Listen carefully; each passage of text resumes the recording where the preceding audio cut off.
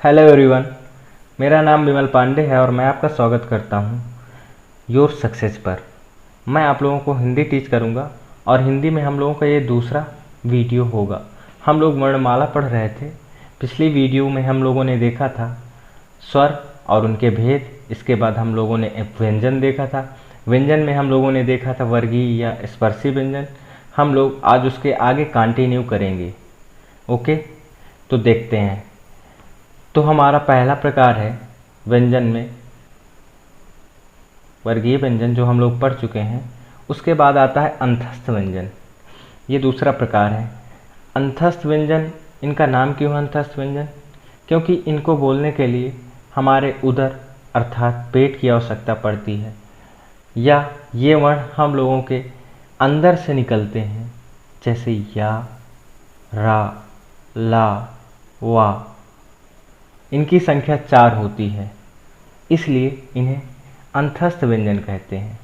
क्यों? क्योंकि ये हम लोगों के अंदर से निकलते हैं, अर्थात पेट से निकलते हैं। अब एक बात और समझ लीजिए, अंतस्थ व्यंजन जो हैं यारा अलावा इनके और भी कई नाम हैं। जैसे मैं आपको बता देता हूँ। या और व को हम लोग अर्ध स्वर कहते हैं, लुंठित व्यंजन कहते हैं रा को, और पार्श्विक व्यंजन कहते हैं ला को। अब इनके बारे में चर्चा कर लेते हैं। देखिए, या और व का नाम अर्ध स्वर इसलिए है क्योंकि इनकी प्रकृति स्वरों की भांति है। मैंने आप लोगों को स्वर की परिभाषा बताई थी कि स्वर स्वतंत्र होते हैं और इनको बोलने के लिए सिर्फ वायु की आवश्यकता पड़ती है।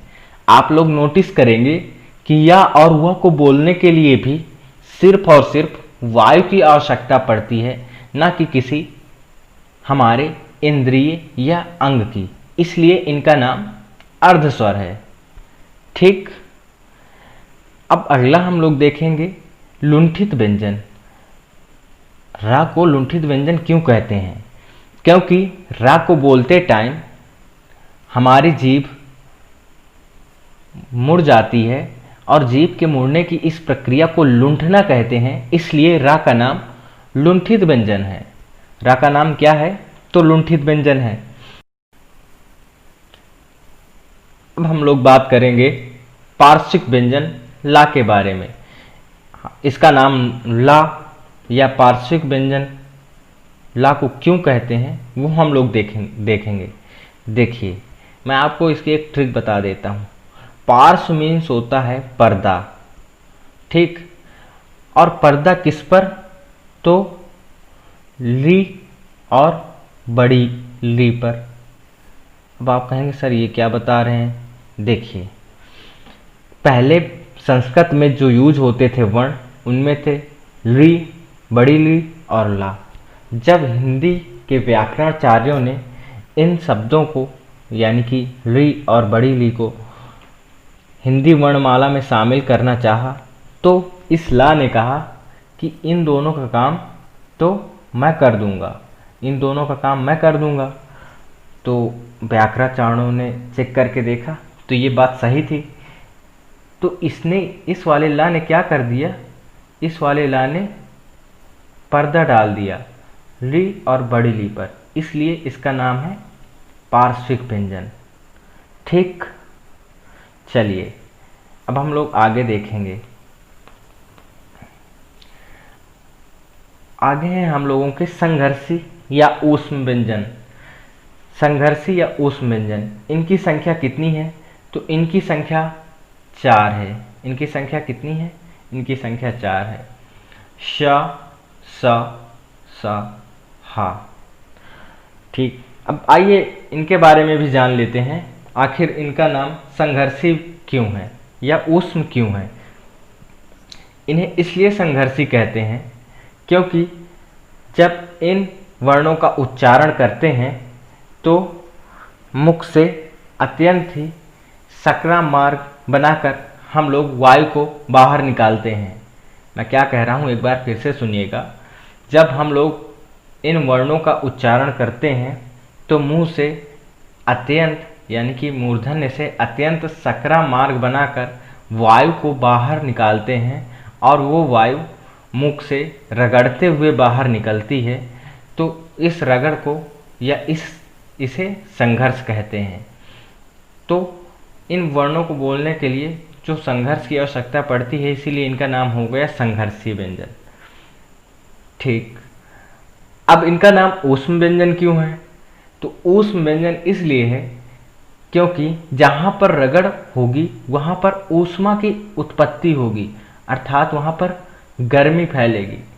तो गर्मी, जहाँ पर संघर्ष होगा वहाँ पर वो चीज़ गर्म होगी, इसीलिए इन व्यंजन का नाम ऊष्म व्यंजन भी है। ये कौन कौन से हैं? तो श, सा, सा, हा, या इसको कह देते हैं तालव्य सा, इसको कह देते हैं मूर्धन्य सा, या इसको कह देते हैं दंतीय सा। ठीक, और ये हा, इनकी संख्या कितनी है? तो इनकी संख्या 4 है। अब हम लोग देखेंगे आगे हम लोगों का है संयुक्त व्यंजन। संयुक्त व्यंजन किसे कहते हैं? पहला क्वेश्चन ये आएगा आपके दिमाग में। तो संयुक्त व्यंजन की परिभाषा भी सुन लीजिए। जब कोई स्वर रहित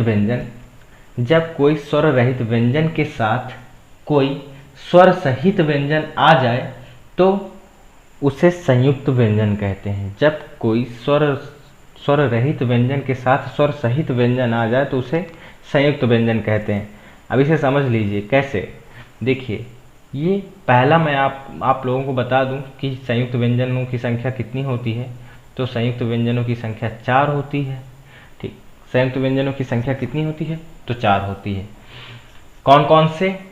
छ, त्र, ज, स्रा। हिंदी में संयुक्त व्यंजनों की संख्या होती है 4। छ, त्र, ज, क्या। कैसे? देखिए, पहला जो हम लोगों का संयुक्त व्यंजन छ है वो मिलकर बना है स्वर रहित का से और सा से। किससे मिलकर बना है? तो स्वर रहित का से और सा से। मैं आपको इसको याद करने की ट्रिक भी बता देता हूँ।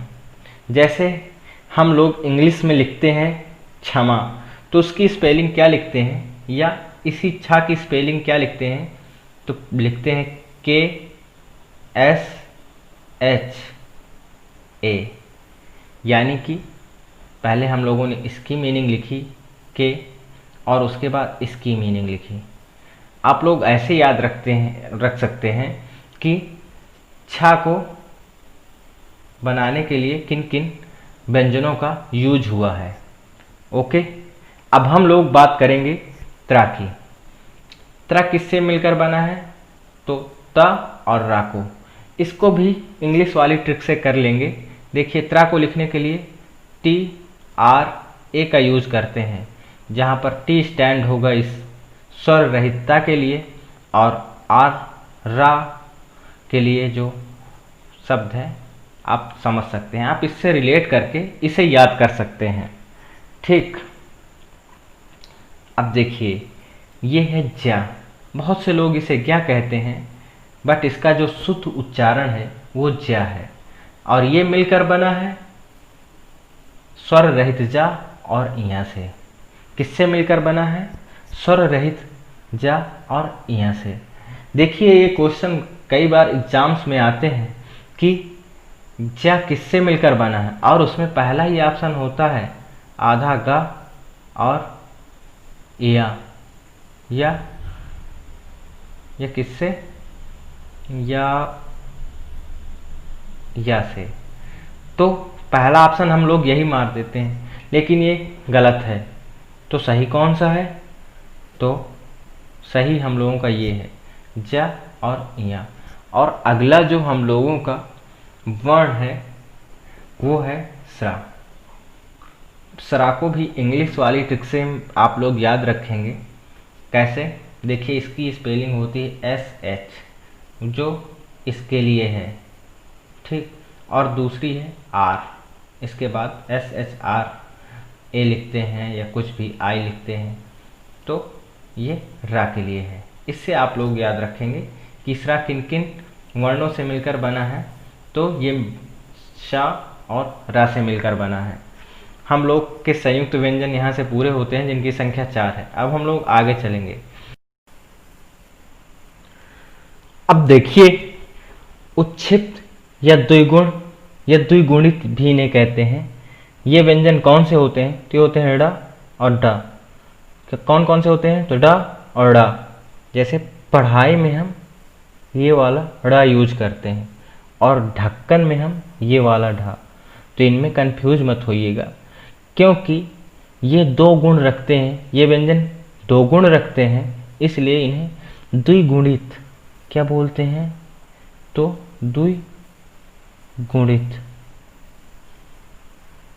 द्विगुणित व्यंजन कहते हैं।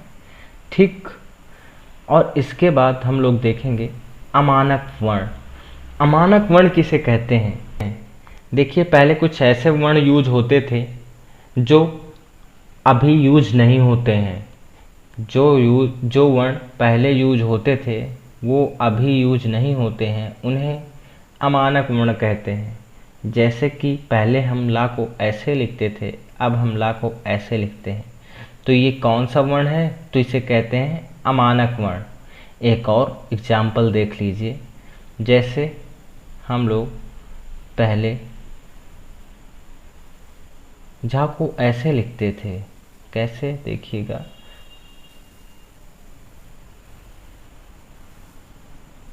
पहले झा को कैसे लिखते थे? ऐसे। अब ऐसे लिखते हैं, इसीलिए ये कौन सा वर्ण हो गया? तो ये अमानक वर्ण हो गया। आप लोगों को समझ में आ गया होगा कि अमानक वर्ण जो आज के अभी यूज नहीं होते हैं उन्हें अमानक वर्ण कहते हैं। ठीक। इसके आगे देखेंगे हम लोग। देखिए, अब मैं आप लोगों को एक बार गिना भी देता हूँ। कैसे? तो देखिए, कुल स्वर हम लोगों ने कितने देखे थे? कुल स्वर हम लोगों ने देखे थे 11। ठीक। आप जब पहला वाला वीडियो देखेंगे तो इनके बारे में, स्वरों के बारे में हम लोगों ने विस्तार से चर्चा करी थी, और अयोगवाह के बारे में भी। अयोगवाह की संख्या कितनी होती है? 2 होती है। वर्गीय व्यंजन की संख्या कितनी होती है? 25 होती है। अंतस्थ व्यंजन कितने होते हैं? तो 4 होते हैं। संघर्षी व्यंजन कितने होते हैं? 4 होते हैं। संयुक्त व्यंजन कितने होते हैं? 4 होते हैं। ठीक। और देख लीजिए, द्विगुणित व्यंजन कितने होते हैं? तो 2 होते हैं। अगर इन सबको ऐड कर दिया जाएगा तो टोटल वर्ण जो आ जाएंगे, कुल वर्ण आ जाएंगे 52। ठीक। कुल वर्णों की संख्या कितनी होती है? तो 52 होती है। मैं एक बार फिर से आपको बता दे रहा हूँ। देखिए, 11 स्वर हो गए, 2 अयोगवाह हो गए 13, और 25 वर्गीय व्यंजन हो गए, ये दोनों मिलकर हो गए 38। अंतस्थ व्यंजनों की संख्या 4 है, 42 हो गए। संघर्षी व्यंजन हो गए 4, ये 46 हो गए। और संयुक्त व्यंजन हो गए 4, 50, और 2 द्विगुणित 50, तो 52। इसलिए कुल वर्णों की संख्या कितनी हो गई? तो 52 हो गई। अब इनमें से क्वेश्चन आता है कि मूल व्यंजन्स, ये व्यंजन्स कितने होते हैं? व्यंजन्स 33 होते हैं। कैसे? देखिए, मूल व्यंजन यानी कि जिनसे जो व्यंजन मूल हों या जड़ हों। पहले वीडियो में मैंने आपको इस मूल का मतलब समझाया था। जिनसे अन्य वर्णों की उत्पत्ति हो, ऐसे कौन कौन से हैं? देखिए, पहला है वर्गीय व्यंजन, जिनकी संख्या कितनी थी? तो 25 थी। दूसरा था भेद, जो हम लोगों ने पढ़ा था व्यंजन्स का, वो थे अंतस्थ व्यंजन, इनकी संख्या कितनी थी? 4। और तीसरा था ऊष्म व्यंजन या संघर्षी व्यंजन, इनकी भी संख्या कितनी थी? तो 4 थी। जब इन तीनों को हम लोग ऐड करेंगे तो इनकी टोटल संख्या आ जाएगी 33। अब आपका क्वेश्चन होगा कि सर, बाकी जो व्यंजन आपने बताए हैं उनको क्यों नहीं ऐड करेंगे? देखिए, बाकी व्यंजन कौन कौन से बचते हैं? तो वो बचते हैं संयुक्त व्यंजन। मैंने आपको संयुक्त व्यंजन के बारे में बताया था कि संयुक्त व्यंजन 2 व्यंजनों से मिलकर बने होते हैं, अर्थात ये मूल व्यंजन नहीं होते। और ऐसे ही द्विगुणित भी, द्विगुणित व्यंजन डा और ढा से मिलकर बने हैं। ठीक। तो मूल व्यंजन की संख्या कितनी हो जाएगी? तो हो जाएगी 33। ये क्वेश्चन कई बार रिपीट हुआ है एग्जाम्स में। चलिए एक बार फिर से हम लोग देख लेते हैं आज हम लोगों ने क्या क्या देखा है। तो आज सबसे पहले हम लोगों ने देखा था अंतस्थ व्यंजन। अंतस्थ व्यंजन में देखे थे या, रा, लावा, इनकी संख्या 4 होती है। इसके बाद हम लोगों ने देखा था कि अंतस्थ व्यंजन के जो व्यंजन हैं उनके और भी नाम हैं, जैसे या और वा को अर्धस्वर कहते हैं, रा को लुंठित व्यंजन कहते हैं और ला को पार्श्विक व्यंजन कहते हैं। इसके बाद हम लोगों ने देखा था संघर्षी या ऊष्म व्यंजन, इनकी संख्या 4 होती है, श, स, सा, हा। संयुक्त व्यंजन देखे थे, छ, त्र, ज्या, स्रा। और उसके बाद उच्छिप्त या द्विगुणित या द्विगुण व्यंजन कौन से होते हैं, ड़ और डा। ठीक, अमानक वर्ण मैंने आप लोगों को बताया था, जो पहले यूज होते थे अब यूज नहीं होते। फिर मैंने आपको सभी की संख्या बता दी जो एग्जाम्स में कई बार रिपीट होते हैं। कुल स्वर कितने होते हैं, तो 11 होते हैं। अयोगवाह की संख्या 2 होती है। वर्गीय व्यंजन 25 होते हैं। अंतस्थ व्यंजन 4 होते हैं। संघर्षी व्यंजन 4 होते हैं। संयुक्त व्यंजन 4 होते हैं और द्विगुणित 2 होते हैं। कुल वर्ण 52 होते हैं। मूल व्यंजन कितने होते हैं, तो 33 होते हैं। आज की क्लास को हम लोग यहीं पर समाप्त करेंगे और अगली क्लास में हम लोग बात करेंगे वर्णों के उच्चारण स्थान के बारे में। अगर आपको ये वीडियो पसंद आया हो तो लाइक करिएगा और कमेंट पर अपने क्वेश्चन और सुझाव ज़रूर दीजिएगा और चैनल को सब्सक्राइब कर लीजिएगा और बेल आइकन को प्रेस कर दीजिएगा। यहाँ तक देखने के लिए थैंक यू वेरी मच।